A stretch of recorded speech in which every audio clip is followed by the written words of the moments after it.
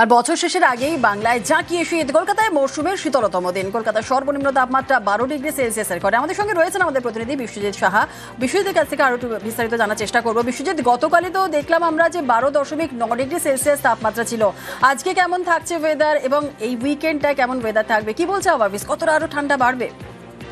দেখো, গতকালও 12.9 ডিগ্রি সেলসিয়াসের তাপমাত্রা নেমেছিল কলকাতার ক্ষেত্রে, এবং আজও কলকাতায় সেই একই তাপমাত্রা রয়েছে। তবে এই তাপমাত্রা থাকবে আরো অন্তত 48 থেকে 72 ঘন্টা এই রকমই, অর্থাৎ 12 থেকে 13 ডিগ্রি সেলসিয়াসের মধ্যে তাপমাত্রা থাকবে। এবং তারপর 30শে ডিসেম্বর পর তাপমাত্রা সামান্য বাড়তে পারে, তবে খুব বেশি বাড়বে এমন নয়।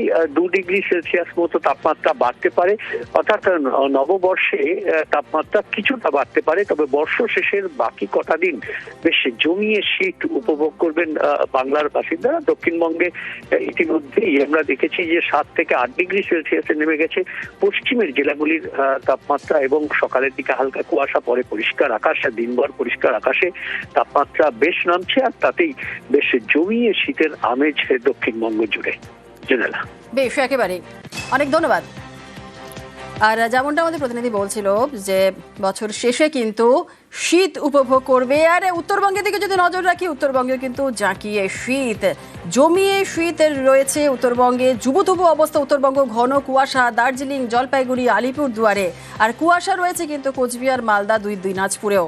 আগামী 2 থেকে 3 দিন শীতের ঝোড়ো ইনিংস হবে উত্তরবঙ্গে।